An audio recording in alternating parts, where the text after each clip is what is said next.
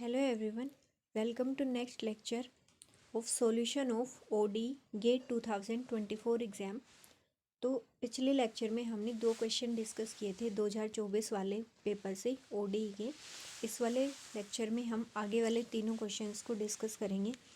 तो ये वाला क्वेश्चन है क्वेश्चन नंबर 45।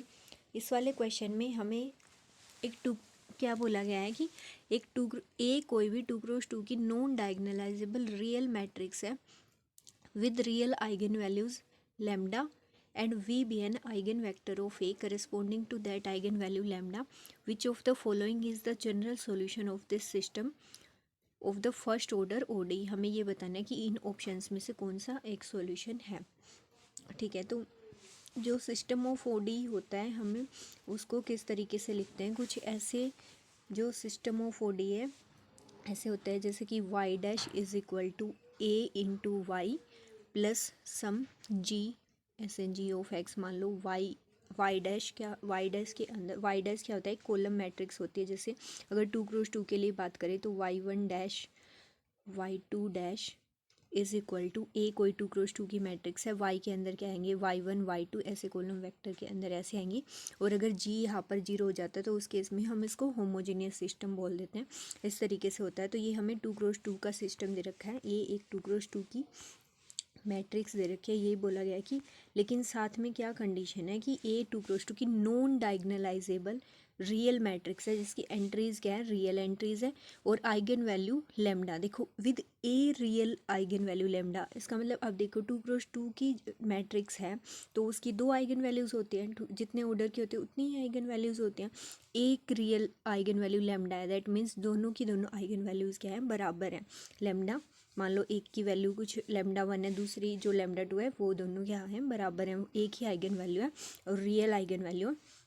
और साथ में ये चीज़ इंपॉर्टेंट है कि ए क्या बोला गया, नॉन डायगोनलाइजेबल रियल मैट्रिक्स है। ठीक है, ये वाली चीज़ काम आएगी हमें आगे सोल्व करते टाइम। अब क्या बोला गया है, वी उस आइगन वैल्यू लेमडा के लिए वी एक आइगन वेक्टर है। तो आइगन क्या होता है कि हम क्या बोलते हैं, जैसे अगर हम क्या बोलते हैं वी एक आइगन वेक्टर है तो हम ये बोलते हैं ना A v is equal to lambda v हो जाएगा। ठीक है, या फिर ए माइनस लेमडा आई, ये करके A minus lambda I into v is equal to 0 हो जाएगा, ऐसे भी बोल सकते हैं। ठीक है, तो आइगन वैल्यू लेमडा के लिए वी आइगन वेक्टर दे रखा है।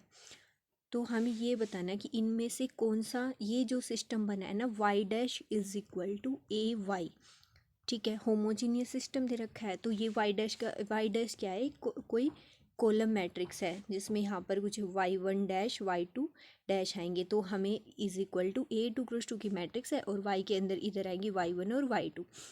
ठीक है, तो यहाँ से हमें y1 और y2 की वैल्यूज़ निकालनी होती है जो कि हम क्या बोलते हैं, सॉल्यूशन बनता है इस वाले सिस्टम का। तो अब उसके सॉल्यूशन इनमें से जैसे C1 e की power lambda t into v, C2 e की power lambda t into v, जहाँ पर C1 C2 रियल नंबर है, या फिर ये वाला C1 e की power lambda t plus C2 into t square e की power lambda t into v, या फिर ये वाला किस टाइप का सॉल्यूशन बनेगा हमें ये बताना है। ठीक है, तो अभी हम स्टार्ट करते हैं। जब आइगन वैल्यूज़ देखो, हमने 3-4 केसेज पढ़े हैं कि जब ए मैट्रिक्स की जो आइगन वैल्यूज़ होती हैं अगर वो रियल और डिस्टिंक्ट होती है, तो मान लो जैसे 2x2 के लिए बात करें कि आइगन वैल्यूज़ क्या है, कुछ एक आइगन वैल्यू लेमडा 1 है, दूसरी आइगन वैल्यू लेमडा 2 है। तो अगर रियल और डिस्टिंक्ट होती हैं, ठीक है, लेमडा 1 और लेमडा 2 अगर रियल और डिस्टिंक्ट होती हैं, उसके केस में हम क्या करते हैं, उन आइगन वैल्यूज़ के लिए, जैसे इसके लिए मान लो x1 है आइगन वेक्टर, इसके लिए x2 है आइगन वेक्टर, या फिर जैसे यहाँ पर v की बात कर रखी है तो हम v1 v2 ही ले लेते हैं। ठीक है, v1 v2। तो जब हम उन आइगन वैल्यूज़ के लिए आइगन वेक्टर निकाल लेते हैं अगर रियल और डिस्टिंक्ट होते हैं, तो उसके लिए उस वाले सिस्टम के लिए तब हम सॉल्यूशन कैसे लिखते हैं, y इज इक्वल टू, जिसको हम ऐसे लिखते हैं y1 y2 ऐसे करके इज इक्वल टू ये y1 y2 दोनों t के फंक्शन है। जैसे यहाँ पर t की बात करें तो t के, या फिर x के, यहाँ पर t दे रखा है क्वेश्चन में तो हम t के फंक्शन लेकर चलेंगे। तो क्या होता है C1 इंटू V1 e की power lambda 1 t plus C2 into V2 e की पावर लेमडा 2 t। ठीक है, तो जहाँ पर C1 कांस्टेंट है, C2 कांस्टेंट है और जो V1 है वो आइगन वैल्यू लेमडा 1 के लिए ये वाली आइगन वैल्यू लेमडा 1 के लिए आइगन वेक्टर है और V2 है वो आइगन वैल्यू लेमडा 2 के लिए आइगन वेक्टर है। ये तो जब होता है जब दोनों आइगन वैल्यूज़ रियल होती हैं और डिस्टिंक्ट होती हैं, ठीक है, उस केस में। लेकिन अब क्या होता है कि जब आइगन वैल्यूज सेम हो जाती हैं उस केस में दो चीज़ें होती हैं कि जैसे हम 2 के लिए बात करें तो अगर आइगन वैल्यू सेम हो गई दैट मीन्स लेमडा 1 और लेमडा 2 बराबर हो गई तो हम क्या बोल सकते हैं कि उसको एक ही मान सकते हैं लेमडा। तो ये आइगन वैल्यू, इसका मतलब lambda 1 is equal to lambda 2 दोनों बराबर हैं, किसी लेमडा के इक्वल हैं। तो ये वाली जो लेमडा आइगन वैल्यू वो 2 टाइम्स आ गई, मतलब रिपीट हो गई। तो उसकी जो अर्थमेटिक मल्टीप्लिसिटी है वो 2 हो, AM of lambda is equal to 2, lambda की AM 2 हो जाएगी। और हमें पता है कि जो ज्योमेट्रिक मल्टीप्लिसिटी होती है वो अर्थमेटिक मल्टीप्लिसिटी से लेस देन इक्वल टू होती है। तो अगर AM 2 हो गई तो GM या तो 1 हो सकती है या 2 हो सकते हैं। और AM क्या होता है, number of LI eigen vectors corresponding to that eigen value, कि उस गिवन आइगन वैल्यू के लिए कितने LI आइगन वेक्टर्स एग्जिस्ट करेंगे वो उस आइगन वैल्यू की अर्थमेटिक मल्टीप्लिसिटी होता है। तो अगर आइगन वैल्यू रिपीट कर रही है, 2 बार आ गई अगर आइगन वैल्यू, तो उस या तो उसके लिए उसकी GM अगर 1 हो गई तो मतलब उसके लिए एक ही LI आइगन वेक्टर एग्जिस्ट करेगा, मतलब सिर्फ V1 कुछ। और अगर उसकी ज्योमेट्रिक मल्टीप्लिसिटी भी 2 हो गई तो इसका मतलब उसके लिए 2 LI आइगन वेक्टर एग्जिस्ट करेंगे जिनको हम V1 और V2 मान सकते हैं। और V1 और V2 क्या होंगे, दोनों LI हो जाएंगे उस केस में, तो वो एक दूसरे के स्केलर मल्टीपल नहीं होंगे। तो उन दोनों केसेस के लिए अलग अलग सॉल्यूशन होते हैं। तो क्या होता है कि जब अगर आइगन वैल्यूज़ रिपीट, मान लो कि दोनों की AM अगर बराबर, AM तो 2 है और GM 1 है, AM और GM बराबर नहीं है, उस केस में जो सॉल्यूशन होता है वो क्या होता है, एक आइगन वेक्टर, मतलब AM तो 2 है और GM कितनी है, 1 है, तो LI आइगन वेक्टर तो एक ही मिलेगा जिसको हम V1 मान लेते हैं, ठीक है। तो उस केस में सॉल्यूशन क्या होगा, हम जो सॉल्यूशन लिखेंगे y is equal to C1 into V1 e की पावर लेमडा t, ठीक है, प्लस क्या आएगा, प्लस में C2 into V1t plus V2 into e की पावर लेमडा t, ठीक है। और जहाँ पर ये V2, अब देखो V1 तो हमने मान लिया कि आइगन वेक्टर लेमडा के करस्पॉन्डिंग जो LI आइगन वेक्टर आया था वो आ गया V1, ठीक है। अब V2 कैसे निकालेंगे, जो यहाँ पर हम V2 लिखते हैं ऐसे करके, जो ये V2 होता है इसको क्या हम बोलते हैं, हम जर्नलाइज आइगन वेक्टर। जैसे हम लीनियर अलजेब्रा में निकालते थे कि जब ज्योमेट्रिक मल्टीप्लिसिटी कम होती थी अर्थमेटिक मल्टीप्लिसिटी से, तो उस केस में हम क्या करते हैं, जर्नलाइज आइगन वेक्टर निकालते हैं। और वो जर्नलाइज आइगन वेक्टर कैसे निकलता है, जो ये V2 है, V2 निकालने के लिए फॉर्मूला क्या होगा, V1 is equal to A minus lambda I into में V2। देखो निकालना है V2, लेकिन लेफ्ट साइड में इधर क्या रखना होगा, V1, जो LI आइगन वेक्टर हमने पहले निकाला है लेमडा आइगन वैल्यू के लिए। तो V1 is equal to A minus lambda I into V2। तो ये वाले रिलेशन से हम V2 निकालेंगे, क्योंकि V2 तो हमने पहले निकाल लिया आइगन वैल्यू लेमडा के लिए A minus lambda I into V1 is equal to 0 करके, वहाँ से जो V1 आया है वहाँ से उस वाले V1 को ऐसे कुछ कॉलम वेक्टर होगा ना 2 क्रॉस 2 का, स्मॉल v, मान लो small u small v entries करके, और यहाँ से A minus lambda I 2 cross 2 की मैट्रिक्स मिलेगी इंटू V2 को कुछ मान लो XY करके ऐसे। तो यहाँ से हम V2 की वैल्यू निकाल पाएंगे। तो वो V2 जो होगा उसको यहाँ पुट करना होगा। तो C1 इंटू V1 e की power lambda t plus C2 into V1t plus V2 e की पावर लेमडा टी। तो ये वाला रिलेशन तब होता है जब AM और GM बराबर नहीं होते हैं, मतलब जो आइगन वैल्यू वो रिपीट हो रही है, दोनों आइगन वैल्यूज सेम है, लेकिन जो उनकी उस आइगन वैल्यू की ज्योमेट्रिक मल्टीप्लिसिटी है वो 1 है, 2 से कम है, ठीक है। लेकिन यहाँ पर हम ये कैसे इंश्योर कर सकते हैं कि इस केस में ज्योमेट्रिक मल्टीप्लिसिटी कम ही होगी, मतलब ऐसा भी तो हो सकता है ना कि अर्थमेटिक मल्टीप्लिसिटी और ज्योमेट्रिक मल्टीप्लिसिटी बराबर ही हों। यही वाली चीज़ हमें कहाँ से पता चले, ये वाली मैट्रिक्स जो हमें ये बोल रखा है ना कि A एक 2 क्रॉस 2 की नॉन डायगोनलाइजेबल रियल मैट्रिक्स है। 2 क्रॉस 2 की मैट्रिक्स है जिसकी आइगन वैल्यू रियल, एक ही आइगन वैल्यू है, रियल आइगन वैल्यू लेमडा, मतलब जो 2 आइगन वैल्यू थी वो दोनों बराबर ही हैं, रिपीट हो रही है आइगन वैल्यू। तो इसका मतलब AM तो 2 है। अब GM 1 कैसे पता चली है, क्योंकि A को बोला गया नॉन डायगोनलाइजेबल, नॉन डायगोनलाइजेबल है दैट मीन्स उसकी एम और जी एम बराबर नहीं है, ठीक है। क्योंकि हम क्या बोलते हैं कि अगर मैट्रिक्स सारी की सारी आइगन वैल्यूज़ के लिए ए एम और जी एम बराबर हो गई तो मैट्रिक्स डायगोनलाइजेबल नहीं होगी। और इसी के नेगेशन में हम क्या बोल सकते हैं कि अगर डायगोनलाइजेबल नहीं है तो ए एम और जी एम बराबर नहीं होंगी, ठीक है। तो इसमें तो एक ही आइगन वैल्यू है वो जो दोनों वो बराबर है, लैम्डा लैम्डा लैम्डा, तो उसी के लिए बात करेंगे। तो इसका मतलब जी एम बराबर नहीं होगी, और ए एम 2 है तो इसका मतलब जी एम क्या होगी, 2 से कम होगी। तो इसलिए जी एम का बराबर नहीं होगी अर्थमेटिक मल्टीप्लिसिटी और ज्योमेट्रिक मल्टीप्लिसिटी। इस वजह से हमने वो वाला केस लिया है कि जो सॉल्यूशन है उसको हम कैसे लिख सकते हैं। अब इन्होंने नोटेशन खुद दे रखी है, जैसे वी दे रखा है, हमने आइगन वैल्यू लैम्डा मानी है, तो C1 इंटू ई की power lambda, C1 into v into e की power lambda d plus C2 into v इन, जैसे हमने V1 V2 लिया था, यहाँ पर इन्होंने V और U लिख रखा है, तो C2 into v into t plus u into e की पावर लैम्डा टी, जहाँ पर C1 C2 क्या है, रियल नंबर्स हैं, और जो U क्या है वो 2x1 का एक कॉलम वेक्टर है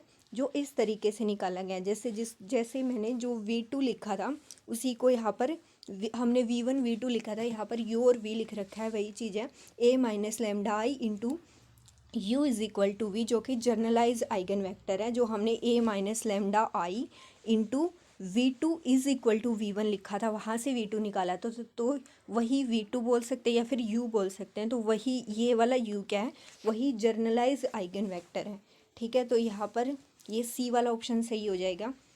अब जैसे देखो कि ये तो पता चल गया C वाला सही है, ठीक है। अब जैसे फर्स्ट वाला ऑप्शन है उसमें क्या बोला गया, C1 ई की power lambda t into v plus C2 t into e की power lambda t into v, ऐसा नहीं होता है, ठीक है। अब जो ये वाला केस है ना, जैसे बी में बोल रखा है टी स्क्वायर, ये वाला तो किसी भी केस के लिए नहीं होता है, ठीक है। तो यहाँ से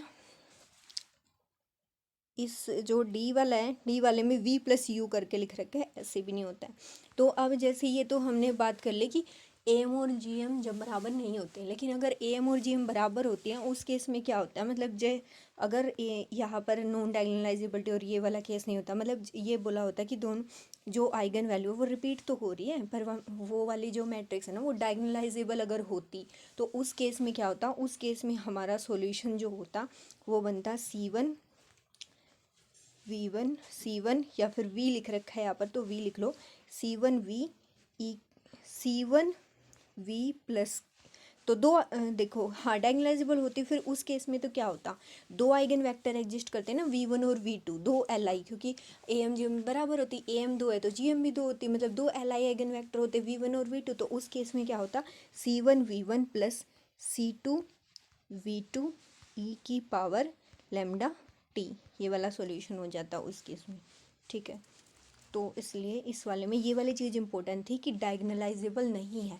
और आप इसको और भी अगर अच्छे से एनालाइज करना है तो आप एक काम करके देख सकते हैं कि अगर लीनियर अलजेब्रा का थोड़ा सा अगर कुछ ध्यान है तो कि ये 2x2 की नॉन डायगोनलाइजेबल रियल मैट्रिक्स दे रखी है। तो जैसे कि हमें पता है कि जो नॉन जीरो निलपोटेंट मैट्रिक्स होती है वो कभी भी डायगोनलाइजेबल नहीं होती। तो हम यहाँ पर क्या कर सकते हैं, कोई भी नॉन जीरो निलपोटेंट मैट्रिक्स का एग्जांपल लेके चल सकते हैं कि जैसे ये वाली जो मैट्रिक्स है ना, ये वाली मैट्रिक्स एक नॉन जीरो निलपोटेंट मैट्रिक्स है, ये स्ट्रिक्टली अपर ट्रायंगुलर मैट्रिक्स है, और जो कि हमेशा क्या होती है, ये वाली मैट्रिक्स निलपोटेंट मैट्रिक्स होती है, स्ट्रिक्टली अपर ट्रायंगुलर या स्ट्रिक्टली लोअर ट्रायंगुलर। तो ये नॉन जीरो निलपोटेंट है, तो ये एक क्या है, ये वाली मैट्रिक्स कभी भी डायगोनलाइजेबल नहीं होगी।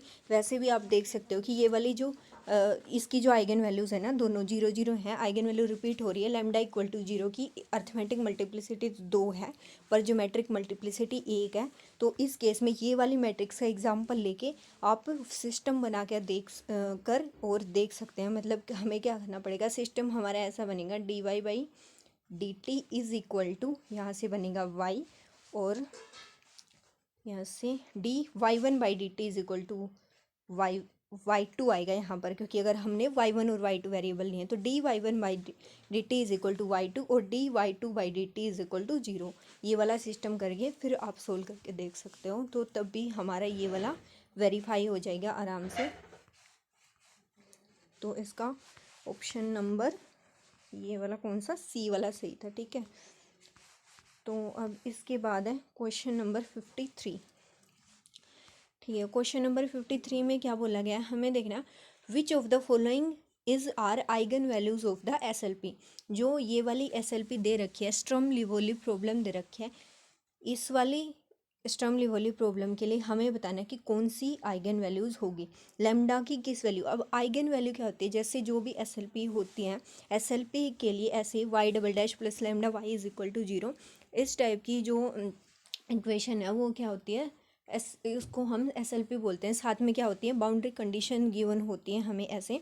तो ये वाली दो बाउंड्री कंडीशन गिवन है, और देखो वाई के ऊपर भी और वाई डैश के ऊपर भी, दोनों के ऊपर कंडीशन दे रखे हैं।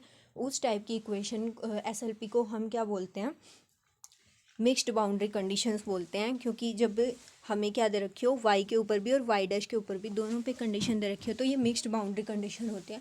और मिक्स्ड बाउंड्री कंडीशन टाइप की जो एसएलपी होती है, उसके पास लैम्डा इक्वल टू 0 कभी भी आइगन वैल्यू नहीं हो सकती। ये वाला रिजल्ट होता है कि दो चीज़ें होती है, एक तो डिरिचलेट वाली बाउंड्री कंडीशन वाली एसएलपी के लिए, और एक मिक्स्ड कंडीशन वाली एसएलपी के लिए कभी भी lambda equal to 0 eigen value नहीं हो सकती। डिरिचलेट वाली कौन सी होती हैं, जिसमें सिर्फ वाई के ऊपर कंडीशन दे रखी हो। जैसे अगर यहाँ पर ऐसा दे रखा हो तो मान लो कुछ y at 0 is equal to 1 and y at pi is equal to 0, ठीक है। तो यहाँ पर डेरिवेटिव के ऊपर कोई कंडीशन नहीं है। तो इनिशियल पॉइंट पे भी कुछ जैसे 0 पे कंडीशन है और पाई पे कंडीशन, लेकिन दोनों कंडीशन वाई के ऊपर लगा रखी है, वाई डैश के ऊपर नहीं है। तो इस वाली टाइप की कौन सी होती है, डिरिचलेट होती है। तो डिरिचलेट के केस में, और ये वाली कौन सी है, मिक्स्ड बाउंड्री कंडीशन वाली एसएलपी है, इस केस में कभी भी lambda equal to 0 eigen value नहीं हो सकती। तो अगर किसी ऑप्शन में यहाँ पर तो जैसे लैम्डा इक्वल टू 0 है नहीं, तो लैम्डा इक्वल टू 0 अगर होता तो वो वाले ऑप्शन को हम डिस्कार्ड कर सकते थे, क्योंकि ये मिक्स्ड टाइप की बाउंड्री कंडीशन वाली एसएलपी है, ठीक है।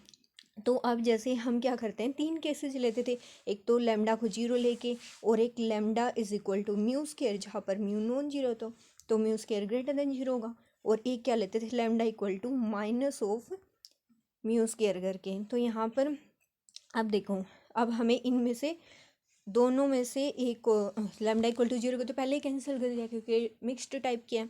तो अब इनमें से कौन सा केस लेंगे, वो वाला आइडिया वैसे तो आप दोनों लिख के देख सकते हो, पता चल जाएगी कि कौन से केस में सॉल्यूशन आ रहा है, कौन से केस में नहीं आ रहा है। लेकिन जैसे यहाँ पर क्या है, हमें सारे ऑप्शंस के अंदर लैम्डा की पॉजिटिव वैल्यूज़ दे रखी हैं, तो इस वजह से हम कौन सा केस लेकर चलेंगे, lambda equal to mu square वाला, ठीक है। Lambda equal to minus mu square वाले को कंसीडर करके चलेंगे भी, तो करके चल के देख सकते हैं, तो भी सोल्व करके आपको सॉल्यूशन हमेशा ट्रिवियल ही मिलेगा, ठीक है। और लैम्डा की वैल्यू हमें क्या होता है, लैम्डा की आइगन वैल्यू सिर्फ तभी बोलते हैं, लैम्डा की उस वैल्यू को आइगन वैल्यू बोलते हैं एसएलपी की, जिसके लिए हमें गिवन एसएलपी का नॉन जीरो सॉल्यूशन मिले, नॉन ट्रिवियल सॉल्यूशन मिले। क्योंकि ट्रिवियल सॉल्यूशन तो एग्जिस्ट करता ही है, हमें तो नॉन ट्रिवियल सॉल्यूशन के लिए कंडीशन निकालनी होती है। और नॉन ट्रिवियल सॉल्यूशन जिस आइगन वैल्यू के लैम्डा की जिस वैल्यू के लिए मिलता है, उसी को हम क्या बोलते हैं, आइगन वैल्यू बोलते हैं, ठीक है। तो इसलिए अब हम lambda equal to mu square वाला केस लेकर चलेंगे। इसलिए तो अब हमें देखना है कि कौन सी वैल्यू हमें मिलती है यहाँ से।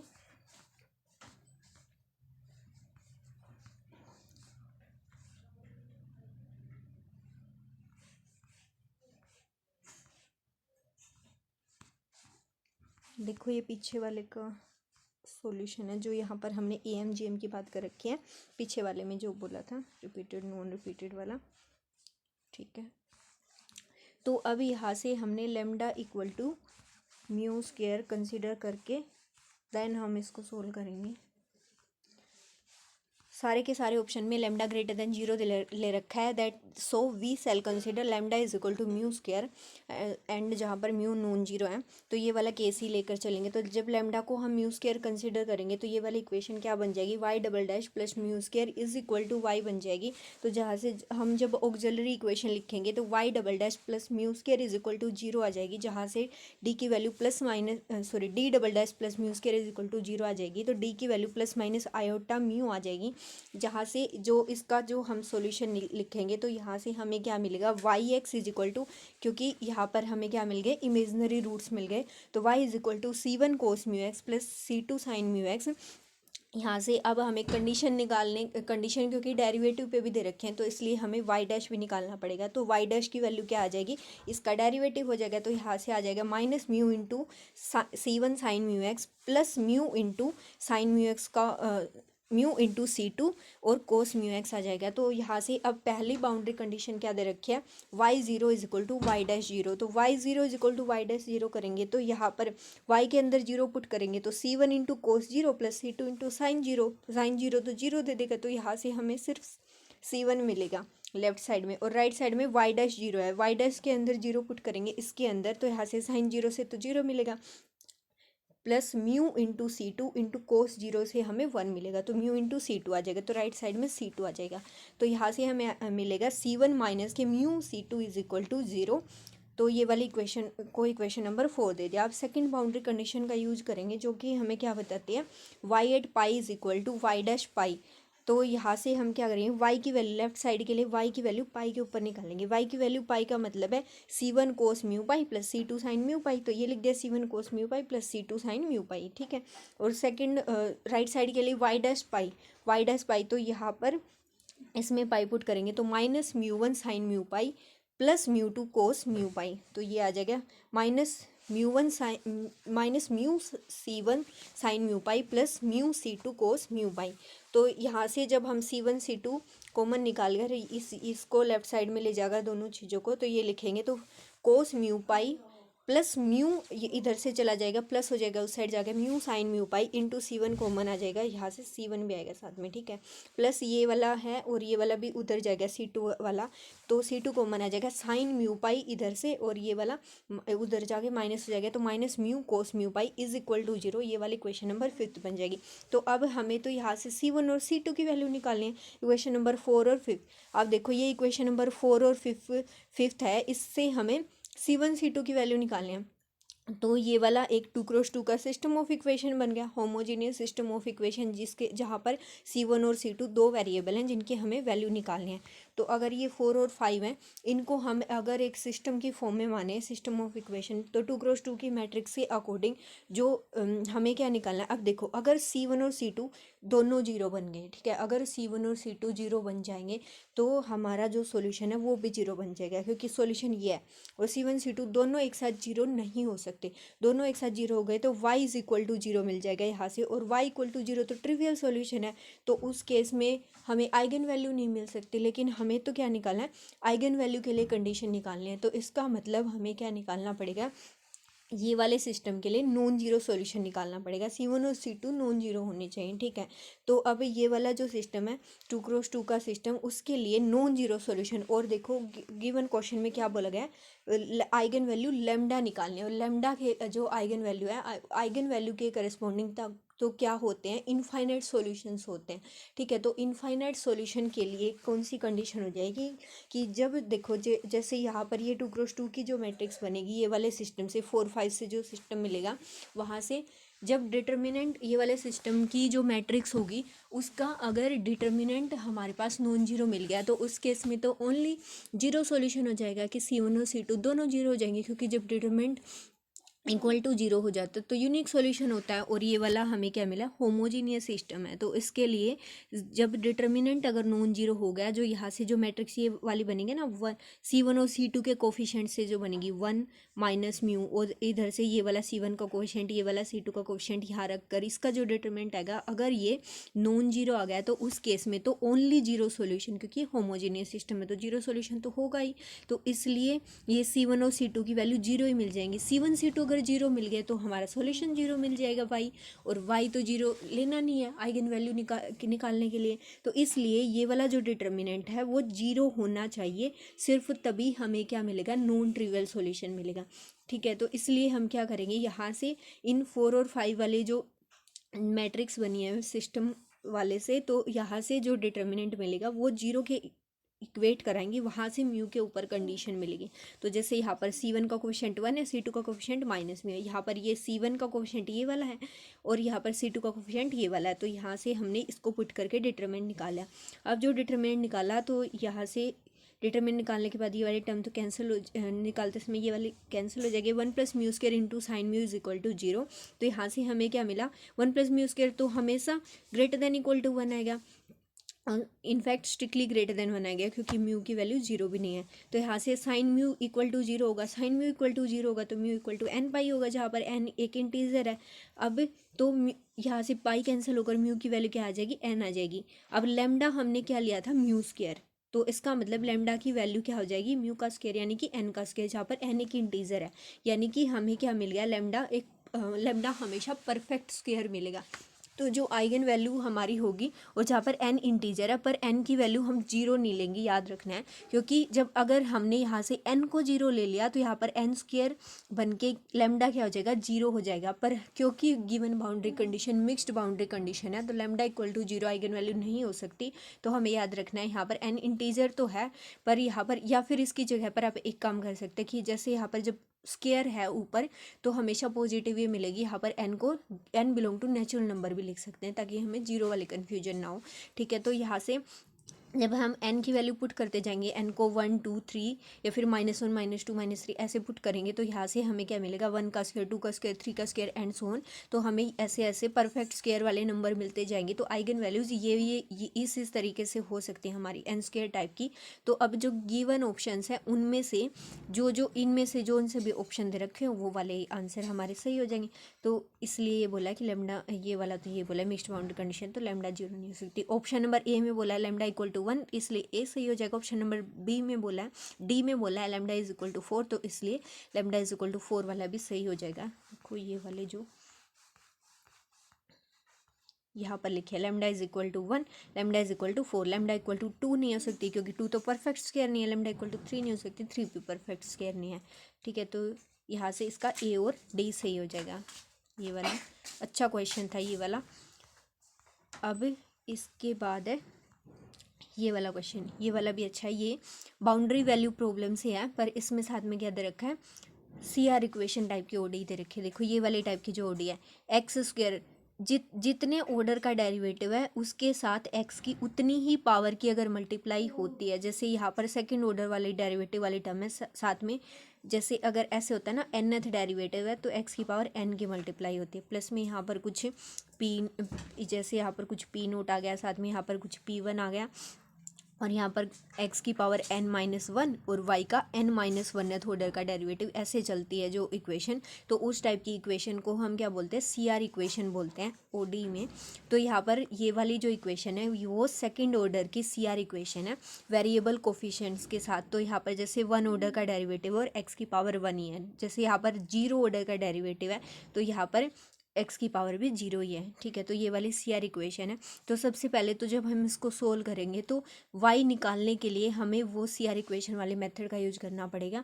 देन हम जब इसका सॉल्यूशन निकालेंगे उस वाले सॉल्यूशन के ऊपर हमें ये वाली बाउंड्री कंडीशन अप्लाई करनी है, और ये वाली बाउंड्री कंडीशन अप्लाई करके हमें ये बताना है कि यहाँ से k की क्या वैल्यू आएगी। और ये वाली चीज़ ध्यान रखनी है, क्या बोला गया है, has infinitely many distinct solutions, इसके इनफाइनाइट मैनी डिस्टिंक्ट सॉल्यूशंस हैं। तो हमें बताना है कि k के ऊपर क्या कंडीशन होगी, k की क्या वैल्यू आएगी, ये बताना है। Round off up to 2 decimal places, ठीक है, 2 डेसिमल प्लेसेस तक निकालने की k की क्या वैल्यू आएगी, ये वाला सोल्व करना है। तो पहले तो हमें इसको सोल्व करना पड़ेगा।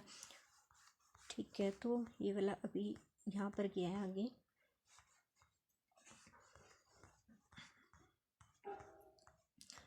ये CR इक्वेशन है, तो इसको सोल्व करने का मेथड क्या होता है कि जब हम क्या करते हैं, x को e की पावर z पुट करते हैं, तो यहाँ पर जैसे जो वाली भी पावर्स, जिस यहाँ पर x की पावर्स है ना, तो हम x को e की पावर z पुट करते हैं, that means z is equal to log of x।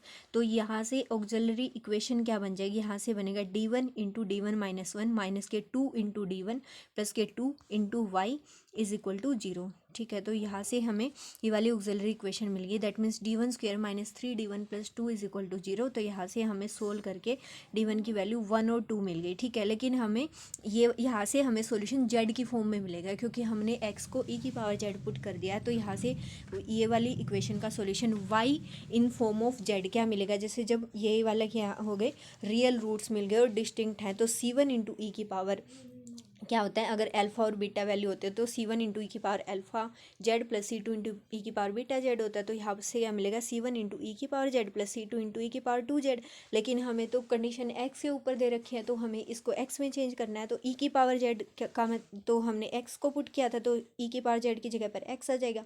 तो ई की पावर 2 जेड की जगह पर क्या आ जाएगा, एक्स स्क्वायर आ जाएगा। तो अब ये y क्या आ जाएगा, x की फॉर्म में आ जाएगा। ये बात याद रखनी है, क्योंकि तभी हम वो बाउंड्री कंडीशन अप्लाई कर पाएंगे। यहाँ पर अगर x लिख दिया और तब हमने गिवन बाउंड्री कंडीशन अप्लाई करी तो हमारा क्वेश्चन गलत हो जाएगा, क्योंकि ये तो हमने जेड में चेंज कर लिया था। तो पहले सॉल्यूशन जेड की फॉर्म में लिखेंगे, देन उसको एक्स की फॉर्म में चेंज करके फिर हम बाउंड्री कंडीशन अप्लाई करेंगे। ठीक है, तो यहाँ से हमें वाई डैश भी निकालना पड़ेगा, क्योंकि वाई डैश के ऊपर भी कंडीशन दे रखी है। तो वाई डैश जो निकालेंगे वो आ जाएगा C2 एक्स का 1 हो जाएगा, डेरिवेटिव C1 इंटू एक्स का 1 हो जाएगा। तो C1 प्लस के 2 इंटू C2 एक्स आ जाएगा। ये वाई डैश की वैल्यू आ गई। अब पहली बाउंड्री कंडीशन क्या दे रखी है, y1 minus y dash 1 is equal to 1। तो y की वैल्यू 1 के ऊपर रखी हमने, y की वैल्यू 1, यहाँ पर क्या आएगा, C1 into 1 plus C2 into 1। तो C1 प्लस C2 आ जाएगा, तो C1 प्लस C2 लिख दिया यहाँ पर। अब y डैश एट 1 की वैल्यू क्या आएगी, यहाँ से हमें मिलेगा C1 प्लस के 2C2 आएगा। तो माइनस करके y डैश 1 की वैल्यू यहाँ पर पुट कर दी, इक्वल टू 1 ले रखा है तो इक्वल टू 1 लिख दिया। तो यहाँ से हमें सोल्व करके क्या मिल गया, minus C2 is equal to 1, that means C2 is equal to -1। ठीक है, तो C2 इज इक्वल टू -1, इसको हम ये भी लिख सकते हैं 0C1 प्लस के, यहाँ से C2 की वैल्यू -1 लिखे मिली है ना, तो इसको लिख सकते हैं 0C1 प्लस के C2 इज इक्वल टू -1 भी लिख सकते हैं। ठीक है, यही लिखा है, इसको इक्वेशन नंबर 4 मान लिया। और सेकंड वाली जो कंडीशन है, बाउंड्री कंडीशन, वो क्या दे रखी है, y@2 minus k into y dash 2 is equal to 4। तो y की वैल्यू 2 पे निकाल ली, माइनस के इंटू में वाई डैश की वैल्यू 2 पे निकाल ली, इज इक्वल टू 4 पुट कर दिया। ठीक है, तो यहाँ से C1 और C2 ऐसे करके अलग कर लिया, तो 2C1 आ जाएगा, माइनस के C2 आ जाएगा। यहाँ से 4 इसमें से और 4 इसमें से कॉमन आएगा, तो यहाँ से 1 माइनस की, यहाँ से क्या बनेगा के, तो 1 minus k into C2 is equal to 4 आ जाएगा। तो ये वाली इक्वेशन नंबर 5 हो गई। अब जो ये इक्वेशन नंबर 4 है और ये इक्वेशन नंबर 5 है, इन वाली इक्वेशन से वही फिर 2x2 का सिस्टम बनेगा, जैसे कि पिछले क्वेश्चन में बना था। और हमें क्वेश्चन में स्ट्रिक्टली क्या बोला गया है कि इनफाइनाइट सॉल्यूशंस निकालने, और उसके लिए हमें के की वैल्यू निकालनी है। देखो क्या बोला गया है कि infinitely many distinct solutions then k is equal to what. तो इनफाइनाइट सॉल्यूशन तभी होंगे जब हमारी अगर C1 और C2 की वैल्यू, मान लो ये वाला जो 2x2 का जो सिस्टम बना है C1 C2 के लिए, ये वाले C1 C2 के, एक मिनट, जो ये वाला जो सिस्टम हमें ये वाला मिला है, ठीक है, ये वाले सिस्टम को 4 और 5 से हम क्या लिख सकते हैं, AX is equal to b type से अगर लिखेंगे तो ये वाली मैट्रिक्स क्या बनेगी, कोफिशिएंट वाली। यहाँ से C1 का कोफिशिएंट 0 है, C2 का कोफिशिएंट 1 है, तो 0 1, यहाँ से मिलेगा 2 माइनस के, 4 इंटू 1 माइनस के, इंटू में ये वाले C1 C2 is equal to, यहाँ पर 4 है और यहाँ पर -1 है, तो -1 4 वाली कॉलम मैट्रिक्स। तो AX is equal to b type से ऐसे। तो इसका नॉन ट्रिवियल सॉल्यूशन सिर्फ तभी होगा जब यहाँ से ये वाला डिटर्मिनेंट हमें क्या मिलेगा, 0 मिलेगा। ठीक है, तो ये वाला डिटर्मिनेंट 0 होने का मतलब है इस वाले डिटर्मिनेंट को इक्वल टू 0 पुट कर दिया। ये वाले डिटर्मिनेंट की वैल्यू क्या आई, minus of 2 minus k, equal to 0 का मतलब 2 minus k is equal to 0, that means k की वैल्यू 2। तो के की वैल्यू जब 2 होगी तभी हमें क्या मिलेंगे, गिवन जो SL जो system boundary condition, boundary value problem दे रखी थी, उसके इनफाइनाइट सॉल्यूशन सिर्फ तभी मिलेंगे जब के की वैल्यू कितनी होगी, 2 होगी। तो ठीक है, यही 5 क्वेश्चन थे जो इस वाले पेपर में पूछे गए थे गेट 2024 में। सारे ही अच्छे क्वेश्चन थे और आसान क्वेश्चन थे, जो इम्पोर्टेंट कॉन्सेप्ट्स हैं जिनको हम अगर अच्छे से रिवाइज करके जाएंगे तो हमारे सारे क्वेश्चन हो जाएंगे इस बार भी। तो आई होप आपको ये वाले क्वेश्चन अच्छे से क्लियर हो गए होंगे। जो पार्शियल डिफरेंशियल इक्वेशन वाले हैं उनके भी पीछे 2 लेक्चर अपलोड किए हुए हैं, जिनमें दोनों लेक्चर्स के अंदर जो 4 क्वेश्चन थे उनके सॉल्यूशन किए गए हैं, तो आप उनको भी देख सकते हैं एक बार। आई होप आपको ये वाले जो कॉन्सेप्ट है वो अब अच्छे से रिवाइज हो जाएंगे, और आगे जब हम इस टाइप के क्वेश्चन अगर आएंगे एग्ज़ाम में तो हम अच्छे से कर पाएंगे। Thank you, all the very best.